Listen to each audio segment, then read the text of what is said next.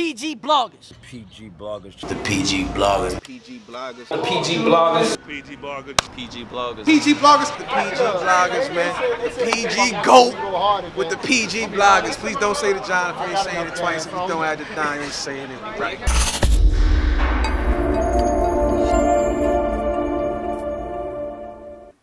So I want to switch gears here. Yeah. Do you feel like, is battle rap professional? Do you feel like professionally where we're at right now, do you feel like it's, obviously we've progressed since, you know, Grind Time and Smack DVD, whatever. Do you feel like it's professional? Yeah, I mean, you know, what's it like? Being pro just means getting paid for what you do, basically, right? Like, yeah, but like even no, like, I know what you mean. Yeah, you know, having events and stuff like that. I think we're getting there. I mean, I think in general, you know, the thing about it that's tough is like we all come from loving hip hop or being street dudes or whatever it is, and you want to put together a hip hop event because you love hip hop, but nobody is like an event producer or, you know, a businessman. Like nobody really knows what the fuck is going on, and one problem that we have in hip hop especially is being literal. Like the way that we communicate is a lot of shit like that. You know what I'm saying? He had that, you know, and then he was over here with the, and then I was with my mans in them, and it's like, I might know what you're saying because we know each other, but when we're talking about literal like business and structure and event production, there isn't really, like that's a weakness. You know, it undermines our ability to be productive and to do business with each other because a lot of stuff is based on this kind of unspoken understanding, and an unspoken understanding makes it difficult to do literal things. You know what I mean? So I think there's still a lot of room to grow, and I hope that, you know, I speak to a lot of the league owners, and again, like I have a business that I started not having a background in business beyond doing what, you know, selling weeds, fucking selling acid, selling this, throwing parties in high school, throwing parties in college. You know what I mean? Like, okay, I know how to get a permit, I know how to rent a venue, I know how to print flyers, and then I started a business that's not like that, but I didn't know what the fuck I was doing, and I had to go back and read books and go take, you know, free classes that I could find, and or pay for stuff and invest in my education to learn about the technicalities of business. And I always speak to anybody, you know, I love to share information and just connect with people, so you know, whether it's you know, Beasley and Smack, Norbs, or ARP when I see him, or Bishop and Organic or Avi, you know, I always try to share what I know and encourage people to explore. Yo, you should check out this book. Yo, there's this small business resource center in New York. You could get a business advisor for free. I'll email you the link so you could go there and, you know, whatever. I think there's room to grow, and we'll get there. I think that there's definitely pieces of it that are unstructured, and it's just growing pains. And like, I think even hip hop music is just now kind of getting there. You know, when you think about, you know, hip hop meeting the record industry, which like even the record industry is a little bit of the Wild West. It's different from, you know, the stock market or some shit where there might be a little more structure. The record industry is kind of a crazy place, and you have hip hop meeting the record industry, and it's not till now, like 30 years later, that you know, it's not till 30 years later that you have Nori has his own media, you know, podcast. You know, and there's the internet is really accessible, so guys are understanding like, you know, business structure and distribution, and so it just takes time, man. And I think it takes people being ready to learn and being willing to learn. And I think that, you know, having battle rap media, the stuff that Champion is doing, like, you know, there's definitely, we're seeing it come together as an industry. There's room to grow. So, yeah. Like I feel like it's especially pissing me off, but I know a lot of the fans just getting pissed off because, you know, people aren't showing up to battles. You know, the people are talking through each other's rounds. Another thing, time limits. There's always, it feels like every event there's always like time limit issues. With at least one battle. You know, so I feel like the culture has a lot of room to grow in those aspects, and I feel like Yeah. I'm not a battler, so I wouldn't know. I understand. I've never been in a battle. Trust me. So, but I feel like those are areas we could definitely like grow upon. You know what I mean? I agree. Yeah. So, I mean, like, have you been in any battles really where you guys are talking through each other's rounds? I know you and Ilmac were kind of like We had like a little tussle, but yeah, like, nothing yeah. too There's crazy. nothing. I mean, you know, to me, when I see that, and I like even before the Goods and Jim shit, you know, him and T Top or Calico and Briz, where it's like a big piece of why those battles feel like maybe Calico won or Goods won, is because they're talking through the other dude's round. You know what I mean? And to me, you know,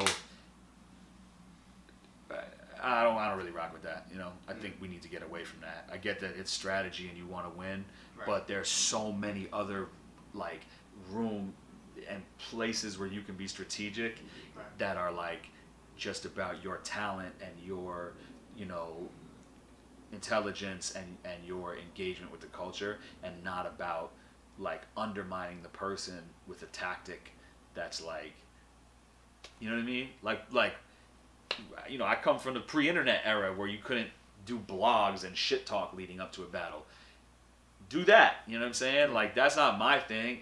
You know, I mean, maybe it'll become my thing or something that I'll engage with, but you could fuck with somebody's mind leading up to the battle. You know, I think Red kind of like going into the Big K battle really made it seem like he was going to take a very like pro-black, you know, I'm a more angle, and then he had none of that content in the battle, you know. So there's you know, you see Hollow with all the hats in that K-Rock battle. Yeah, like in an interview that he did With 50 Minutes Fame. yeah, you know, and you can he, see that he's using this current state of battle rap and the tools at his disposal to set the stage as part of the strategy beyond what you do in a ring. To me, what I do in a ring, I want to be the most important thing, but I'm not mad at using the broader cultural landscape leading up to a battle to change the way people look at a battle and be strategic. I'm not totally mad at that, but I just feel like let somebody get their shit off, man. Like if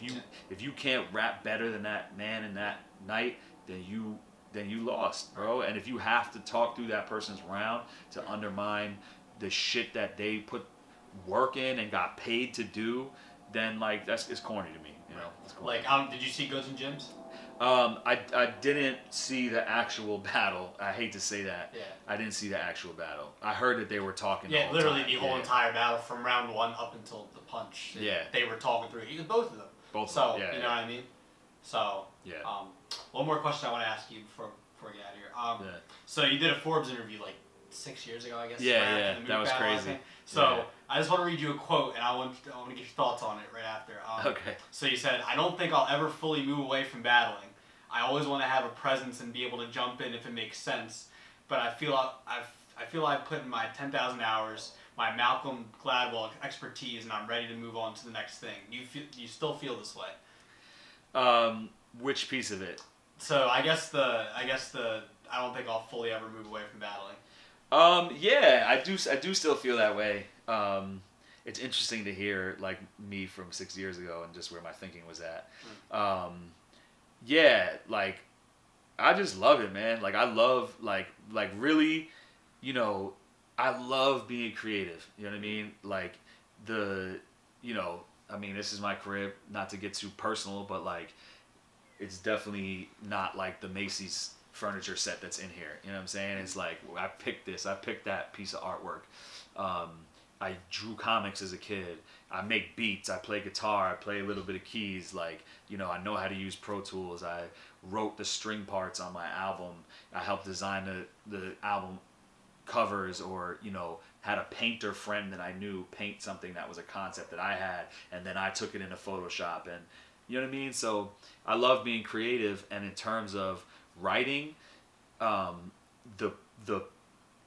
the greatest feeling in life is like battle rap to me is the pinnacle of the manipulation of language, period. I strongly like believe that there's no other time in history where language has been used in such a creative, diverse, intricate, layered, like referential way as it is being used in battle rap right now. And there's nothing that comes close. Like the way they study Shakespeare and iambic pentameter and like, oh my God, he said, you know, see me tomorrow and I'll be a grave man. And that's foreshadowing that this character dies the next day in the play. The way that they analyze that, like battle rap, like shits on Shakespeare. You know what I mean? Yeah. And like, so to me, like in terms of any one creative field that I could engage in, because like I said, like even with my business, even though the business isn't creative, I designed the logo. You know, Right. I played a role in you know, designing the website. You know, my wife's a graphic designer. She actually created the imagery that's our training manual is designed. But in terms of writing and using words and using language in a really technical way, like it's the pinnacle of that channel of creativity that I enjoy. So I don't see a time, you know, I might take a break or a step away from something like I did for a couple years, but I'm never going to be like done with it. Never. That's fantastic. So I guess that's all the time we have, bro. Where can they find you? Social media? The only social media that I have right now is that I'm engaging in is Twitter at Iron Solomon. Okay. I do have an Instagram that I'm like locked out of because I haven't been in it in years. Yeah. I have to like find my way back into it. I had a Facebook. I'm not sure if I still have it. I have a channel, Iron Solomon, on YouTube, but I haven't like engaged with that in a long time. My website got stolen from me by somebody who's like selling like workout supplements. You're having issues, bro. Yeah, I'm having drama, man. I just don't engage with the social media like that. So Yeah. the best thing is Twitter. I'm on Twitter. You know, I've been like having fun, just sharing my opinion and engaging with people on Twitter. So I yeah, can tell you've been tweeting a yeah, lot. Yeah, So. yeah, I've been a little active. So yeah, at Iron Solomon, and if I ever get my shit together on the other platforms, Okay. it would just be Get your shit together. it would just be at Iron Solomon. You know, ironsolomon.com. Hopefully, Yeah. or you know. Facebook, Iron Solomon, YouTube, Iron Solomon, all that shit. Just keep it simple. This is Iron Solomon, the fucking PG bloggers in Philly, in PA, with the Fanatic. Salute, man.